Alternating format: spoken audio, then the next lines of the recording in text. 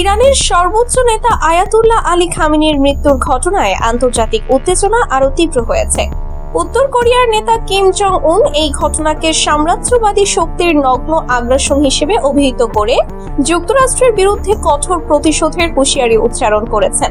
উত্তর কোরিয়ার রাষ্ট্রীয় সংবাদ সংস্থা KCNA এক বিবৃতিতে জানিয়েছে, প্রেসিডেন্ট কিম জং উন বলেছেন, যুক্তরাষ্ট্র ও তার মিত্র ইসরায়েলের যৌথ হামলায় ইরানের সর্বোচ্চ নেতা আয়াতুল্লাহ খামেনির শাহাদাত ঘটেছে। এটি একটি সার্বভৌম রাষ্ট্রের নিরাপত্তা ও স্বাধীনতার ওপর গুরুতর লঙ্ঘন। আমাদের মিত্র ইরানের প্রতি এই নির্মম আক্রমণের কঠিন জবাব দিতে যুক্তরাষ্ট্রকে প্রস্তুত থাকতে হবে।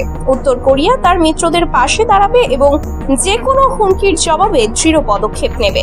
এই বিবৃতি আসার পরপরই আন্তর্জাতিক মহলে প্রতিক্রিয়া শুরু হয়েছে। গত 28 ফেব্রুয়ারি যুক্তরাষ্ট্র ও ইসরায়েলের যৌথ সামরিক অভিযানে তেহরানে আয়াতুল্লাহ খামেনির অফিস বা বাসভবন লক্ষ্য করে হামলা চালানো হয়। যুক্তরাষ্ট্রের প্রেসিডেন্ট ডোনাল্ড ট্রাম্প সোশ্যাল মিডিয়ায় এই হামলার পর খামেনির মৃত্যু নিশ্চিত করে বলেন, খামেনি ইতিহাসের সবচেয়ে খারাপ মানুষদের মধ্যে একজন ছিলেন। ইরানের জনগণের জন্য এটি একটি ঐতিহাসিক সুযোগ যে তারা তাদের দেশ ফিরে পাবে।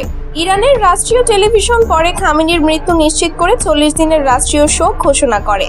উত্তর কোরিয়া ও ইরান দীর্ঘদিন ধরে ঘনিষ্ঠ সম্পর্ক বজায় রেখে আসছে, বিশেষ করে সামরিক ও প্রযুক্তিগত সহযোগিতার ক্ষেত্রে।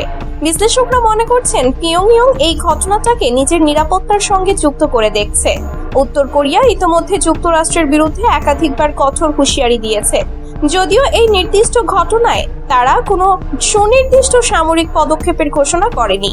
ইরানের পক্ষ থেকে ইতোমধ্যে ইসরায়েল ও যুক্তরাষ্ট্রের দিকে ক্ষেপণাস্ত্র হামলা চালানো হয়েছে, যার ফলে মধ্যপ্রাচ্যে সংঘাত আরো ছড়িয়ে পড়ার আশঙ্কা তৈরি হয়েছে।